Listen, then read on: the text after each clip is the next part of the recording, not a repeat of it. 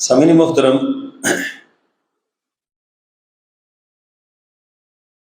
نبی کریم صلی اللہ علیہ وسلم کی محبت، آپ کی اطاعت، آپ کی پیروی، آپ کی بات ماننی اہل ایمان پر فرض ہے۔ اور جو شخص یہ بات کہتا ہے کہ میں مسلمان ہوں، میں لا الہ الا اللہ محمد رسول اللہ پڑھ کر ایمان کے دائرے میں داخل ہو چکا ہوں، تو اب اس پر فرض عائد ہوتا ہے کہ وہ اللہ کے رسول صلی اللہ علیہ وسلم کی اتباع اور اطاعت کرے۔ زبانی دعووں سے بات نہیں چلے، زبانی گفتگو سے اسلام کا یہ دعویٰ مکمل نہیں ہوتا۔ عمل، کردار، اطاعت، پیروی، رسول اللہ صلی اللہ علیہ وسلم کی سنتوں کا اہتمام، سنتوں کی پیروی، اس چیز سے پتہ چلے گا کہ ہم اللہ کے رسول صلی اللہ علیہ وسلم سے محبت کرتے ہیں یا نہیں کرتے۔ دعویٰ کرنے والوں میں اور عمل کرنے والوں میں یہی فرق ہے۔ دعویٰ کرنے والے تو بہت بڑے بڑے دعوے کرتے ہیں، لیکن عمل کے میدان میں بہت کم لوگ کھڑے رہتے ہیں یا بہت کم لوگ استقامت کا مظاہرہ کرتے ہیں۔ اگر ہم اللہ کے رسول صلی اللہ علیہ وسلم کی محبت کے دعوے دار ہیں، اور یقیناً اہل ایمان سارے ہیں، تو ہم پر لازم ہے کہ ہم اللہ کے رسول صلی اللہ علیہ وسلم کی اطاعت اور اتباع کریں۔ اور اطاعت اور اتباع کا جو دائرہ ہے وہ محدود دائرہ ہے، وہ لامحدود نہیں ہے۔ نیکیاں جو اللہ تعالیٰ نے قیامت تک جس کو اللہ نے نیکی کہنا تھا، وہ سرور کونین صلی اللہ علیہ وسلم کے ذریعے ہمیں بتلا دی گئی، اور جس بات کو اللہ نے برائی کہنا تھا اور اس سے اللہ نے منع کرنا تھا، وہ محمد رسول اللہ صلی اللہ علیہ وسلم کے ذریعے اللہ نے پوری کر دی۔ اس لیے قرآن نے یہ ضابطہ بیان کیا، وَمَا آتَاكُمُ الرَّسُولُ فَخُذُوهُ وَمَا نَهَاكُمْ عَنْهُ فَانْتَهُوا۔ معیار کیا ہے؟ آپ کی زندگی کا معیار کیا ہے؟ جو رسول دیں وہ لے لو، بس جو رسول دیں وہ لے لو۔ نماز، روزہ، زکوٰۃ، حج، معاملات، کردار، معیشت، معاشرت، ہر چیز کس سے لینی ہے؟ محمد صلی اللہ علیہ وسلم سے۔ وَمَا نَهَاكُمْ عَنْهُ فَانْتَهُوا۔ دوسرا پہلو اس کا یہ ہے کہ جس بات سے آپ منع کرتے ہیں یہ نہیں کرنا، فَانْتَهُوا، بس اس سے رک جاؤ۔ اب کرنا وہ ہے جو اللہ کے رسول نے بتلایا ہے، اور رکنا اس سے ہے جس سے اللہ کے رسول صلی اللہ علیہ وسلم نے روک دیا ہے، یہ معیار۔ اب اس سے ہم باہر نہیں جا سکتے، ہم پابند ہیں اس ضابطے کے، ہم پابند ہیں اس ضابطے کے، ہر شخص پابند ہے اس ضابطے کا۔ اسلام ایک ہمارے ارد گرد دائرہ کھینچتا ہے۔ دیکھیے، ہم دعا کرتے ہیں نا اللہ تعالیٰ سے ہر نماز کے اندر، اہدنا الصراط المستقیم، اللہ سیدھی راہ دکھلا۔ اب یہ سیدھی راہ کون سی ہے؟ صراط الذین انعمت علیہم، سیدھی راہ وہ ہے جن پر تیرا انعام ہوا ہے، ان بندوں کی راہ جن پر تو نے انعام کیا ہے۔ اب انعام یافتہ لوگ کون سے ہیں؟ یہ وہی لوگ ہیں جو رسول صلی اللہ علیہ وسلم کی اطاعت اور اتباع کرتے ہیں۔ اولئک الذین انعم اللہ علیہم من النبیین والصدیقین والشہداء والصالحین وحسن اولئک رفیقا۔ فرمایا کہ یہ کون لوگ ہیں جو کہ انعام یافتہ ہیں؟ وہ لوگ ہیں کہ جو انبیاء ہیں، صدیقین ہیں، شہداء ہیں، صالحین ہیں۔ یہ وہ لوگ ہیں کہ جو محمد صلی اللہ علیہ وسلم کے راستے پر چلنے والے ہیں۔ اس لیے زیر نظر آیت مبارکہ کے اندر اللہ تعالیٰ نے کئی باتیں ارشاد فرمائی۔ پہلی بات، وَمَن يُشَاقِقِ الرَّسُولَ مِن بَعْدِ مَا تَبَيَّنَ لَهُ الْهُدَىٰ۔ ہدایت واضح ہے، بالکل واضح ہے۔ اب یہ نماز کوئی چھپی ہوئی چیز ہے؟ روزہ کوئی چھپی ہوئی چیز ہے؟ زکوٰۃ، حج، جہاد، معیشت، حدود، قصاص، کوئی چیز یہ چھپی ہوئی نہیں ہے، بالکل واضح ہے۔ آپ کو آپ کے ہاتھ کے دیکھنے میں شک ہو سکتا ہے، لیکن شریعت کے جو اصول اور ضابطے ہیں اس میں کسی کو کوئی شک نہیں ہو سکتا۔ آپ وضو کرنا چاہتے ہیں، واضح طور پر وضو کے احکامات موجود ہیں۔ غسل کرنا چاہتے ہیں، غسل کے احکامات موجود ہیں۔ نماز پڑھنا چاہتے ہیں، نماز کے احکامات موجود ہیں۔ طہارت ہے، غرضے کہ انسان کی زندگی کی پہلے سانس سے لے کر جو آذان کان میں دی جاتی ہے اور اس کے بعد آخری جو نماز پڑھی جاتی ہے، اس وقت تک زندگی کے ہر معاملے میں اسلام نے واضح طور پر رہنمائی کی۔ اسی کو کہا جاتا ہے کہ اسی لیے تو پابند کیا گیا نا کہ آپ نے اللہ کے رسول صلی اللہ علیہ وسلم کی بات مانی ہے، اس سے گر نہیں ہونا۔ آپ جس طرح اللہ کی اطاعت فرض ہے، اس طرح محمد رسول اللہ صلی اللہ علیہ وسلم کی اطاعت فرض ہے۔ جس طرح اللہ کا حکم ماننا فرض ہے، رسول اللہ کا حکم ماننا فرض ہے۔ جس طریقے سے اللہ تعالیٰ کی ہر بات واجب الاطاعت ہے، اس طرح محمد رسول اللہ صلی اللہ علیہ وسلم کی ہر بات واجب الاطاعت ہے۔ ان دونوں میں آپ فرق نہیں کر سکتے، ان میں آپ فرق نہیں کر سکتے، کیونکہ طریقہ بتلانے کے لیے اللہ کے رسول صلی اللہ علیہ وسلم دنیا میں مبعوث ہوئے۔ لقد کان لکم فی رسول اللہ اسوۃ حسنہ، فرمایا تمہارے لیے ماڈل نمونہ وہ کون ہے؟ وہ محمد رسول اللہ صلی اللہ علیہ وسلم ہے۔ ان کی زندگی تمہارے لیے نمونہ، بس جو انہوں نے کیا ہے وہ آپ نے کرنا ہے، جو انہوں نے نہیں کیا وہ آپ نے نہیں کرنا۔ اچھا، جب آپ ان جیسا عمل کریں گے تو آپ کی زندگی نہیں، زندگیاں بیت جائیں گی، آپ ان کے ہر عمل کی انتہا کو نہیں پہنچ سکتے۔ تو پہلے وہ تو عمل کر لیں جو آپ نے کیے ہیں، اگر وہ عمل مکمل ہو گئے تو اس کے بعد آپ دیکھ لیجئے گا کہ آگے آپ نے کیا کرنا ہے۔ پوری زندگی اگر بندہ سجدے میں گرا رہے تو محمد رسول اللہ صلی اللہ علیہ وسلم کی عبادت کو پھر بھی نہیں پہنچ سکتا۔ یہ جائے کہ آپ علیہ الصلوۃ والسلام کی راستے کو چھوڑ کر خود ساختہ راستے اختیار کر لے، خود ساختہ بدعات کو اختیار کر لے، وہ راستے اختیار کرے کہ جس سے اللہ کے رسول صلی اللہ علیہ وسلم نے منع فرما دیا، فرمایا یہ شیطان کا راستہ ہے، اس راستے پہ نہیں چلنا ہے۔ رحمان کا راستہ ایک ہی ہے اور وہ محمد رسول اللہ صلی اللہ علیہ وسلم کا راستہ ہے۔ شیطان کے راستے تو کئی ہیں، شیطان ہر علاقے میں الگ راستہ اپناتا ہے، ہر علاقے میں اس نے ایک الگ نوعیت اختیار کی ہوئی ہوتی ہے، ہر علاقے میں اس نے ایک الگ عمل اختیار کیا ہوا ہوتا ہے۔ آپ دیکھ لیں بدعت کی مختلف قسمیں ہوتی، بدعت ہر جگہ پہ ایک جیسی نہیں ہوتی، بدعت ہر علاقے میں مختلف ہوتی ہے، کسی اور بدعت ترقی کرتی ہے، بدعت کے اندر مزید جو ہے خرابیاں پیدا ہوتی ہیں۔ کیوں؟ وہ جو شریعت نے دائرہ بنا رکھا ہے نا، آپ نے اس سے باہر نہیں جانا، جب آپ اس سے باہر جاتے ہیں تو پھر آپ کسی حد میں نہیں رہتے۔ اب خود اہل سنت والجماعت کے علماء کرام جو ہیں وہ چیخ چیخ کر کہہ رہے ہیں کہ یہ جو میلاد منایا جا رہا ہے اس کا تو ہم تصور بھی نہیں کر سکتے۔ بھائی آپ نے راستہ کھولا ہے نا لوگوں کے لیے، آپ نے راستہ کھولا ہے لوگوں کے لیے، جب راستے کھلتے ہیں پھر اس کے بعد کسی چیز کی حد کوئی نہیں رہتی۔ اسی وجہ سے شریعت راستے بند کرتی ہے، شریعت ایک ضابطہ دیتی ہے، شریعت ایک اصول دیتی ہے، شریعت ایک منہج اور ایک راستہ دیتی ہے، اس سے باہر آپ جا ہی نہیں سکتے۔ اور وہ کیا ہے؟ من عمل عملا لیس علیہ امرنا فہو رد، فرمایا محمد رسول اللہ صلی اللہ علیہ وسلم نے اس حدیث کو دین کا ایک حصہ قرار دیا گیا ہے۔ اگر دین کے 3 حصے بنائے جائیں، یہ ایک حدیث دین کا ایک حصہ ہے، اور وہ کیا ہے؟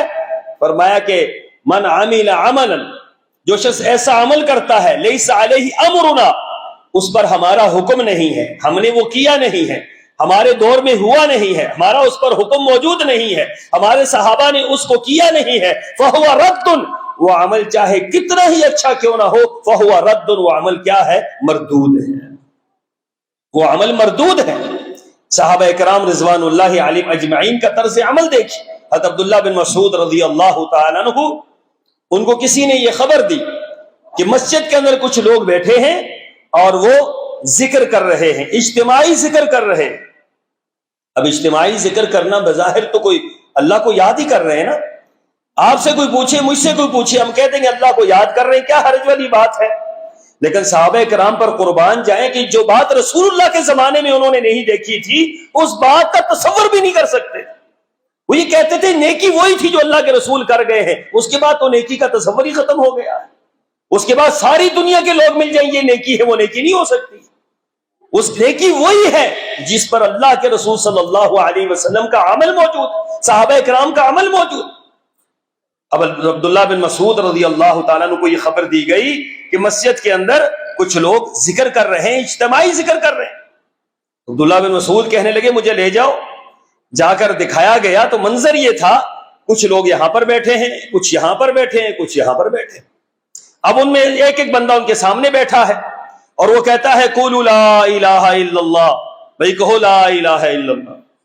وہ کہتے ہیں لا الہ الا اللہ۔ دوسرا جو گروہ بیٹھا ہے وہ کہتا ہے قولوا الحمدللہ، کہو بھائی الحمدللہ۔ تیسرا بیٹھا ہے وہ کہتے ہیں قولوا لا الہ الا اللہ الحمدللہ سبحان اللہ، اس طرح کے الفاظ وہ سبحان اللہ کہتے ہیں۔ اب بظاہر مجھے بتلائیے کہ لا الہ الا اللہ سبحان اللہ الحمدللہ کہنا یہ غلط ہے؟ یہ تو اللہ کے عظیم جملے ہیں، یہ تو عظیم ذکر ہے، عظیم ذکر ہے، اتنا بڑا ذکر ہے کہ جس ذکر کو اللہ تعالیٰ نے سب سے محبوب قرار دیا۔ لا الہ الا اللہ کا ذکر اس سے بڑھ کر کوئی ذکر نہیں، الحمدللہ سے بڑھ کر کوئی ذکر نہیں، سبحان اللہ سے بڑھ کر کوئی ذکر نہیں، اللہ اکبر سے بڑھ کر کوئی ذکر نہیں ہے۔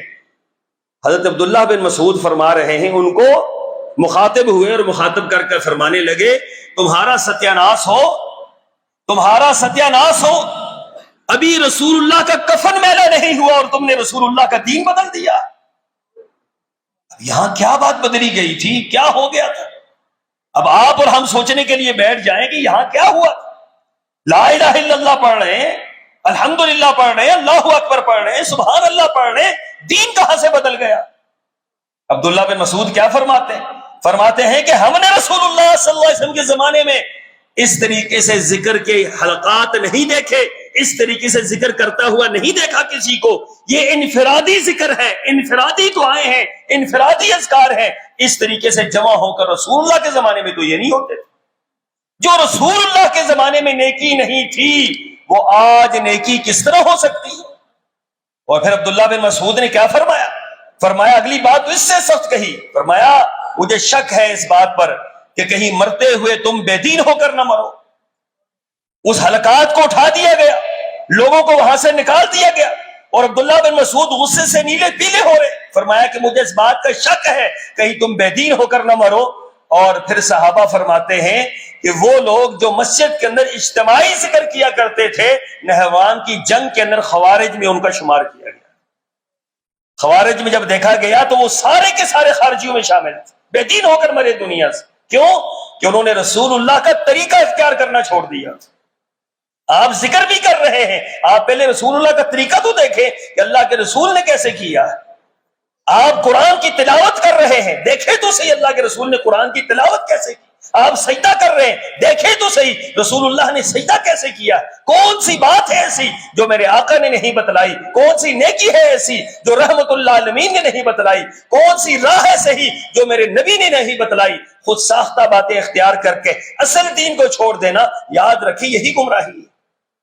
اور شیطان یہی چاہتا ہے، من بعد ما تبین لہ الہدی، حق آپ کے سامنے ہے، سنتیں آپ کے سامنے، رسول اللہ کا راستہ آپ کے سامنے، دین آپ کے سامنے، کتابیں بھری پڑی، بخاری، مسلم، ابو داؤد، نسائی، ترمذی، ابن ماجہ، بات بات کان کر کہا گیا یہ اللہ کے رسول کا طریقہ ہے، یہ اللہ کے رسول نے بتلایا ہے، یہ رسول اللہ نے فرمایا ہے۔ وہ ساری کتابیں بند کر دی گئی اور خود ساختہ راستے اختیار کر لیے گئے، خود ساختہ باتیں اختیار کر لی گئیں۔ اور اب چیخ چلا رہے ہیں کہ جناب یہ تو کسی زمانے میں ہم اس طرح کرتے تھے کہ لوگ راستے میں نکلتے اور درود پاک پڑھا کرتے تھے، کچھ عرصے کے بعد وہ درود پاک غائب ہو گیا تو کچھ اور ہی لوگ پڑھنا شروع ہو گئے، کچھ عرصے کے بعد ڈھول نے راستہ لے لیا، پھر کچھ عرصے کے بعد میوزک نے راستہ لے لیا، کچھ عرصے کے بعد عورتیں اس میں شامل ہو گئی۔ اب تو دنیا کی ہر خرافات، دنیا کی ہر برائی اب محمد رسول اللہ صلی اللہ علیہ وسلم کی میلاد کے نام پر ہو رہی۔ اس کا مجرم کون ہے؟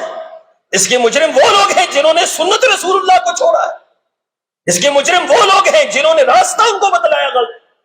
آپ نہیں راستے بتلا سکتے، آپ راستے مسدود کریں، راستے محدود کریں، اور محدود کہاں کریں گے؟ آپ رسول اللہ کی اطاعت تک محدود کریں گے، اس سے آگے کوئی راستہ نہیں، اس سے آگے کوئی عمل نہیں، اس سے آگے کوئی بات نہیں۔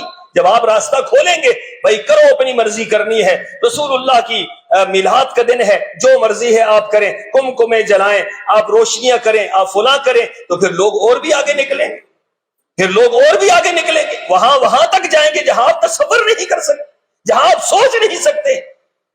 تو اس لیے فرمایا من بعد ما تبین لہ الہدی، ہدایت کے واضح ہو جانے کے بعد۔ ہدایت کیا ہے؟ ہدایت سنت ہے رسول اللہ کی، ہدایت اطاعت ہے رسول اللہ کی، ہدایت صحابہ کا طریقہ ہے۔ اس کو چھوڑ کر جو لوگ دوسرا راستہ اختیار کریں گے وَيَتَّبِعْ غَيْرَ سَبِيلِ الْمُؤْمِنِينَ، یہ مومنین کون ہیں؟ یہ مومنین صحابہ ہیں۔ خیر القرون قرنی ثم الذین یلونہم ثم الذین یلونہم، زمانوں میں بہترین زمانہ دین کے اعتبار سے، دین کی ترقی کے اعتبار سے، دین کی عظمت کے اعتبار سے، دین پر عمل کے اعتبار سے زمانوں میں سب سے بہترین زمانہ کس کا تھا؟ محمد رسول اللہ صلی اللہ علیہ وسلم کا زمانہ تھا۔ اس کے بعد صحابہ کا زمانہ، اس کے بعد تابعین کا زمانہ۔ جب ان زمانوں میں جو چیز نیکی نہیں تھی، یاد رکھیں رسول اللہ صلی اللہ علیہ وسلم کے دنیا سے چلے جانے کے بعد ایک دن بعد جو عمل ایجاد ہوا ہو نیکی نہیں ہو سکتی۔ نیکی وہی ہے جو رسول اللہ کے زمانے میں ہوئی، نیکی وہ ہے جس پر صحابہ نے مہر ثبت کی، صحابہ اکرام نے عمل کی۔ وَيَتَّبِعْ غَيْرَ سَبِيلِ الْمُؤْمِنِينَ، فرمایا مومنوں کی راہ پر نہیں چلتے، وہ مومنوں کی راہ سے ہٹ کر چلتے ہیں، اپنے بنائے ہوئے راستوں پر چلتے ہیں۔ انہوں نے دین کے نام پر نئی نئی باتیں ایجاد کر لی، نئے نئے طریقے ایجاد کر لی۔ اور رسول اللہ صلی اللہ علیہ وسلم کی یہ حدیث، یہ بڑی اہم حدیث ہے۔ آپ نے فرمایا ما من نبی بعثہ اللہ فی امی، فرمایا کہ جو نبی بھی اللہ اس کو دنیا میں بھیجتا ہے الا کان لہ من امتہ حواریون، ہر نبی کے کچھ حواری ہوتے ہیں۔ حواری کا معنی یہ ہوتا ہے جو اس کے ارد گرد رہتے ہیں، اس کی بات کو دیکھتے ہیں، اس کی بات کو لیتے ہیں، پھر اس کے مطابق عمل کرتے ہیں، اس کو آگے لے کر جاتے ہیں، اس کو حواری کہا جاتا ہے۔ وَأَصْحَابٌ يَأْخُذُونَهُ بِسُنَّتِي، يَأْخُذُونَ بِسُنَّتِي، اور اس کے صحابہ ہوتے ہیں، صحابہ وہ جو ساتھی ہیں، صحابہ وہ جو جانثار ہیں، صحابہ وہ جو دن رات ساتھ رہتے ہیں، وہ صحابہ ہوتے ہیں۔ وہ کیا کرتے ہیں؟ یاخذون بسنتی ویقتدون بامری، فرمایا کہ وہ اس کی سنت پر عمل کرتے ہیں، اس کے طریقے پر عمل کرتے ہیں۔ نبی کے طریقے پر عمل کون کرتے ہیں؟ ان کے صحابہ عمل کرتے ہیں۔ ویقتدون بامری، اور اس کے ہر حکم کو مانتے، ہر حکم کی اتباع کرتے، ہر حکم کی پیروی کرتے، زندگی ان کی رسول اللہ صلی اللہ علیہ وسلم کی حکموں کی پیروی میں گزر جاتی۔ پھر آپ نے فرمایا ثم انہا تخلف من بعدہم خلوف یقولون ما لا یفعلون، فرمایا اس کے بعد کچھ لوگ ایسے آتے ہیں، اس کے بعد کچھ لوگ ایسے آتے ہیں، فرمایا کہ وہ یقولون ما لا یفعلون، وہ جو کہتے ہیں وہ کرتے نہیں۔ ایسے لوگ بعد میں پیدا ہو جاتے، ہوتے مسلمان ہیں، ہوتے وہ مسلمان ہیں، کہتے ہم مسلمان ہیں، ہم رسول اللہ کا کلمہ پڑھتے ہیں، لیکن جو وہ کہہ رہے ہوتے اس پر عمل نہیں کر رہے۔ یقولون ما لا یفعلون، صحیح مسلم کی روایت ہے، فرمایا کہ وہ کہتے ہیں لیکن کرتے نہیں ہیں، دعوے کرتے ہیں اللہ کے رسول سے محبت کرتے ہیں لیکن اطاعت نہیں کرتے، رسول اللہ کی محبت کے دعوے دار ہیں لیکن نماز نہیں پڑھتے، روزہ نہیں رکھتے، شکل و صورت ان کی سنت کے مطابق نہیں، لباس سنت کے مطابق نہیں، کردار سنت کے مطابق نہیں، معیشت معاشرت سنت کے مطابق نہیں، صرف رسول اللہ کی محبت، صرف رسول اللہ کی محبت کا دعویٰ، یہ کسی کام کا نہیں۔ یقولون ما لا یفعلون، وہ جو کہتے ہیں وہ کرتے نہیں ہیں۔ محبت ضرور کہتے ہیں، ہم ہیں محبت کرنے والے، لیکن اطاعت نہیں کرتے۔ محبت کا لازمہ کیا ہے؟ اطاعت۔ محبت کا وہ کیا ہے؟ احتیاط کیا ہے محبت کی؟ محبت کی انتہا کیا ہے؟ وہ اطاعت ہے رسول اللہ صلی اللہ علیہ وسلم۔ اب صرف محبت کر رہے ہیں، اطاعت نہیں کر رہے۔ ایسے ہی ہے کہ جیسے استاد اور شاگرد، میں آپ سے کہوں جناب پانی مجھے دے دیں، شاہ صاحب آپ سے بہت محبت کرتے ہیں، بہت پیار کرتے ہیں، آپ سے بہت آپ کی چاہت ہے، لیکن پانی نہیں لا سکتے، پانی نہیں لا سکتے، آپ خود جا کر پی کر آ جائیں۔ یہ کوئی باتیں کرنے والی کیسی محبت ہے؟ اس بار بات ہی نہیں مان رہے، آپ بات ہی نہیں مان رہے۔ تو رسول اللہ صلی اللہ علیہ وسلم کی بات ماننا یہ مسئلہ ہے، ورنہ محبت تو کرتے تھے، سارے کرتے ہیں محبت، کون نہیں کرتا محبت؟ کوئی ایسا بد نصیب ہے دنیا میں جو یہ کہے کہ محمد رسول اللہ صلی اللہ علیہ وسلم کی محبت ہمارے دل میں نہیں؟ محبت کا لازمہ وہ سنت ہوتی ہے، محبت کی انتہا سنت ہوتی ہے، محبت کا لازمہ بدعت یا شرک نہیں ہو۔ جو محبت کرتا ہے وہ سنت پر عمل کرے، من حب سنتی فقد احبنی ومن احبنی کان معی فی الجنہ۔ فرمایا جو مجھ سے محبت کرتا ہے اسے چاہیے میری سنت سے محبت کر، اور جو میری سنت سے محبت کرتا ہے وہ میرے ساتھ جنت میں ہوگا۔ تو آپ علیہ الصلوۃ والسلام نے کیا فرمایا؟ فرمایا کہ وَيَفْعَلُونَ مَا لَا يُؤْمَرُونَ، اور ایسے کام کرتے ہیں یہ لوگ ایسے کام کرتے ہیں جن کا انہیں حکم نہیں دیا گیا ہوتا، ایسے کام کرتے ہیں ذوق و شوق سے کرتے ہیں۔ نماز نہیں پڑھیں گے، بدعت ذوق اور شوق سے کریں، حکومت بھی اس میں شامل، انتظامیہ بھی اسی میں شامل، کمشنر بھی اس میں شامل، ہر بندہ پولیس بھی شامل، سارے کے سارے شامل ہیں بدعت کے اندر، سنت میں شامل ہونے کو کوئی تیار ہی نہیں۔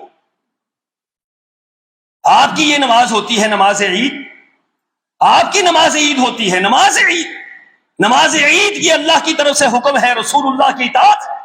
سال میں 2 عیدیں ہوتی ہیں، اب یہ دروازہ بند کر دیا گیا، یہ آپ کے سامنے دروازہ بند کر دیا گیا۔ ہم نے گزارش کی کہ جناب یہ دروازہ کھول دیں، نماز عید کے لیے مسلمان آئیں گے، عورتیں آئیں گی، بچے آئیں گے، مرد آئیں گے، بوڑھے آئیں گے نماز عید کے لیے۔ دروازہ نہیں کھولا گیا، کیوں؟ بس اپنی مرضی ہے، اور اس کی جو خود ساختہ عید تھی اس پر دروازے کے دروازے سارے کے سارے کھول کے ٹرانسپورٹ چلنا شروع ہو گئی، پوری کی پوری سپورٹ شروع ہوگی۔ بدعت کے لیے سب کچھ کرتے ہیں، سنت کے لیے کچھ بھی نہیں کرتے۔ دین کے لیے سب کچھ ہے، دین کے لیے کرنا چاہیے، یہ بے دینی کے لیے سب کچھ کر رہے ہیں۔ یہ جو جذبہ ہے یہ کہاں سے آیا ہے؟ آپ اصل کام کرنے کو تیار نہیں، نقل کے لیے آپ سب کچھ کرنے کو تیار۔ رسول اللہ کی اطاعت میں آپ کی جان جاتی ہے، اور رسول اللہ کی مخالفت میں آپ سب کچھ کرنے کو تیار ہیں۔ کتنی افسوسناک بات ہے، قرآن کا حدیث کہہ رہی ہے کہ جو وہ کرتے ہیں اس کا حکم نہیں دیا گیا ہوتا، جو یہ کرتے ہیں اس کا حکم نہیں دیا گیا۔ کہاں حکم دیا اللہ کے رسول صلی اللہ علیہ وسلم نے یہ کام کرو؟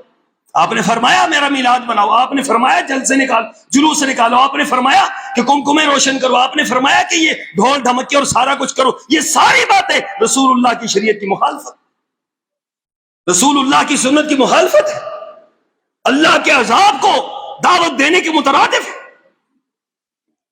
تو فرمایا رسول اللہ صلی اللہ علیہ وسلم نے فَيَفْعَلُونَ مَا يُؤْمَرُونَ وَيَفْعَلُونَ مَا لَا يُؤْمَرُونَ، ایسے کام کرتے ہیں جن کا حکم نہیں دیا گیا ہوتا۔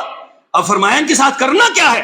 فَمَنْ جَاهَدَهُمْ بِيَدِهِ فَهُوَ مُؤْمِنٌ، ان لوگوں کے ساتھ جو جہاد کرے گا، جہاد کا معنی کیا ہے؟ قتال اور جہاد میں فرق، قتال اور جہاد میں فرق ہے۔ یہ معنی نہیں ہے کہ ان کو قتل کر دیا جائے، ایسا نہیں ہے، معنی یہ ہے کہ ان کے لیے محنت کرنی، ان کے لیے کوشش کرنی، ان کو صحیح راہ پر لے کر آنا، صحیح راستہ ان کو بتلانا، ان کے لیے اپنی جان خطرے میں ڈالنا۔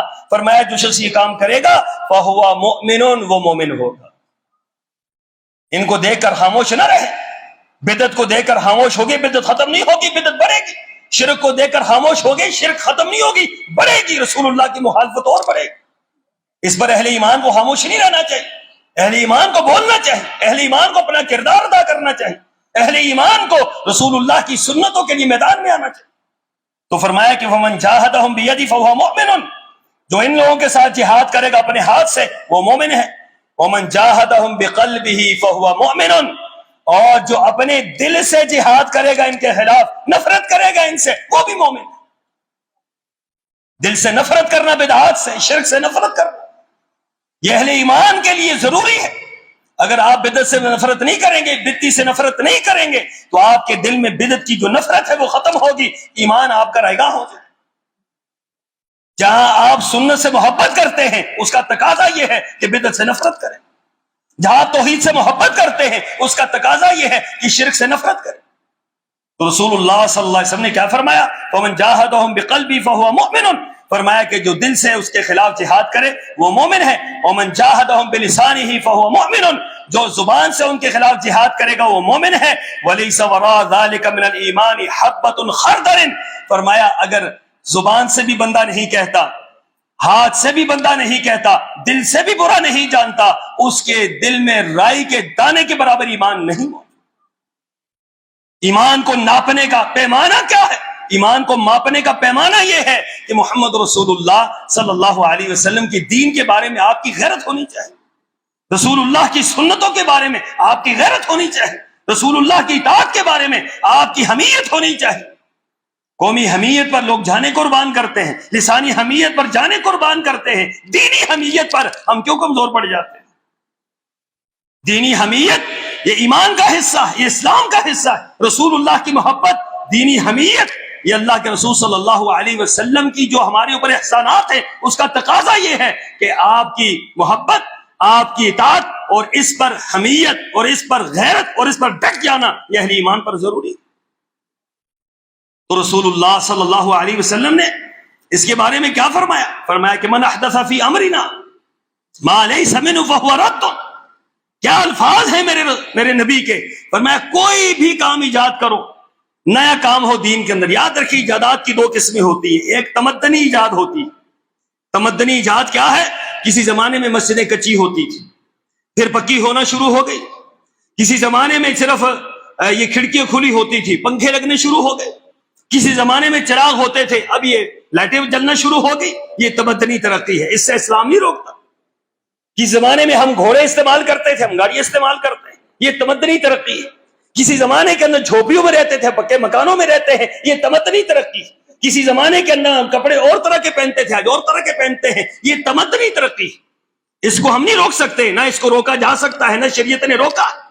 لیکن دینی ترقی وہی ہے جو رسول اللہ صلی اللہ علیہ وسلم بتلا کر گئے۔ اس سے آگے ترقی ہے ہی نہیں، جو اللہ کے رسول نے بتلایا بس وہی انتہا۔ اس سے آگے ادھر ادھر ہونا، دائیں بائیں ہونا، اس کا کوئی تصور بھی نہیں۔ آپ یہ کہہ سکتے ہیں جناب اب مصروفیت کا دور ہے، مصروفیت کا دور ہے، لوگ افراتفری کا شکار ہیں، حالات خراب ہیں، تو لہذا 5 نمازوں کو بدل دیتے ہیں 4 نمازوں کے اندر۔ تو کیا کہتے ہیں یہ اختیار ہمیں حاصل ہے؟ اچھا چلیں اس کو چھوڑ دیں، جمعے کا خطبہ ختم کر دیتے ہیں کہ جمعے کا خطبہ نہیں ہوگا۔ کیا خیال ہے آپ کا اختیار ہے اس کو بدلنے کا؟ یہ آپ کا اختیار تو نہیں ہے۔ مغرب کی 3 رکعت ہے، 4 رکعت پڑھ لیتے ہیں، چلیں آپ کا اختیار ہے؟ نہیں اختیار، رائی کے دانے کے برابر اختیار نہیں، کسی بات میں آپ کا اختیار نہیں ہے۔ اذان کے جتنے جملے ہیں اتنے ہی جملے ہیں، نماز جتنی ہے اتنی ہی ہے، جتنی رکعت ہیں اتنی ہی ہے۔ کیوں؟ یہ محمد رسول اللہ صلی اللہ علیہ وسلم نے بتلایا ہوا ہے۔ اس کے اندر آپ کمی اضافہ نہیں کر سکتے، نہ کمی کر سکتے نہ اضافہ کر سکتے۔ تو دین نام ہی اسی چیز کا ہے، الیوم اکملت لکم دینکم واتممت علیکم نعمتی ورضیت لکم الاسلام دینا۔ فرمایا لوگوں میرا دین مکمل ہو گیا ہے، میرا دین مکمل ہو گیا۔ مکمل دین کے اوپر اگر کوئی بات ہم لے کر آتے ہیں یا ہم دین کے اندر اضافہ کریں گے، یہ کمی کریں۔ جب بدعت آتی ہے یہ اضافہ ہوتا ہے، اور کمی کیا ہوتی ہے؟ سنت چھوٹ جاتی ہے، یہ کمی ہو جاتی ہے۔ رسول اللہ صلی اللہ علیہ وسلم نے کیا فرمایا؟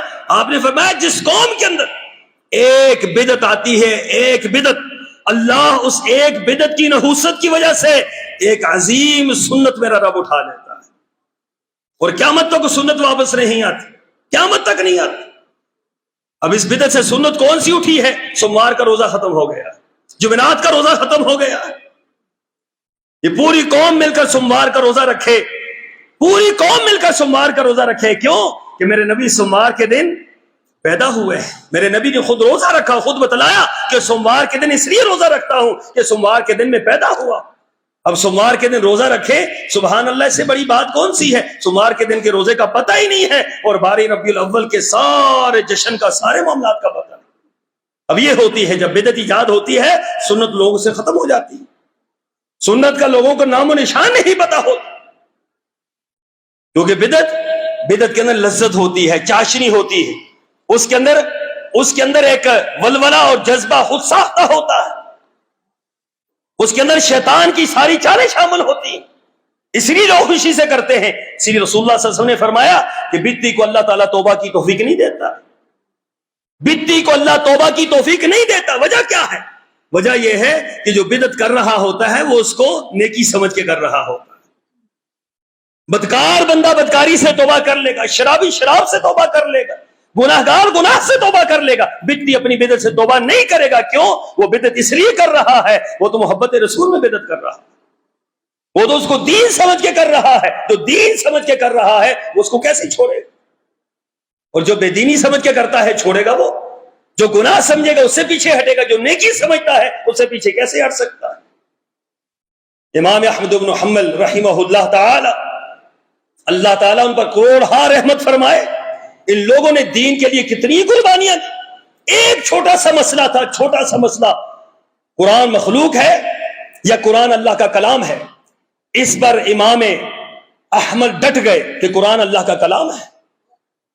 بادشاہ نے کہا نہیں، قرآن اللہ کی مخلوق ہے؟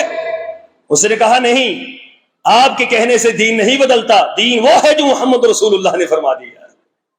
بادشاہ نے کہا بادشاہ ہوتے ہیں نا، دیوانے ہوتے ہیں بادشاہ کی، طاقت بندے کو اندھا کر دیتی، طاقت بندے کو بہرا گونگا کر دیتی، سمجھ نہیں آ رہی ہوتی، طاقت کے نشے میں ہوتے ہیں لوگ۔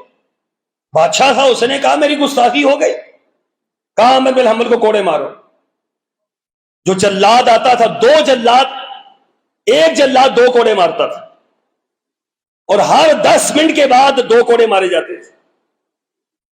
دیکھنے والے کہتے ہیں جلاد جب آتا تھا کوڑا مارنے کے لیے، بادشاہ کو خوش کرنے کے لیے، جتنی اس میں طاقت ہوتی تھی اتنی طاقت سے وہ کوڑا مارتا احمد بن حنبل کو، اور دیکھنے والے کہتے ہیں اگر یہ کوڑا جو احمد بن حنبل کی پیٹھ سہتی تھی اگر یہ ہاتھی پر پڑتا ہاتھی بھی مر جاتا۔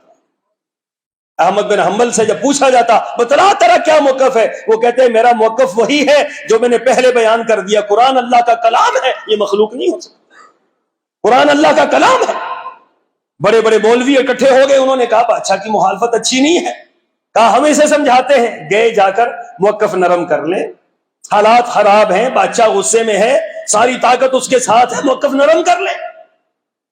ان کو کچھ باتیں پڑھائی، مصلحت بھی تو کچھ ہوتی ہے نا، مصلحت بت ہے، جب مرضی اختیار کر لے مصلحت، کہاں مصلحت بھی کچھ ہوتی ہے۔ فلسفہ جھاڑا، منطق جھاڑی، فلاں فلاں فلاں۔ احمد بن حنبل کہنے لگے اگر میری نظر چکانی ہے، میری زبان بند کرنی ہے، اتنے دلائل دینے کی ضرورت نہیں ہے، رسول اللہ کی ایک حدیث لے آؤ، میرا سارا موقف بدل جائے۔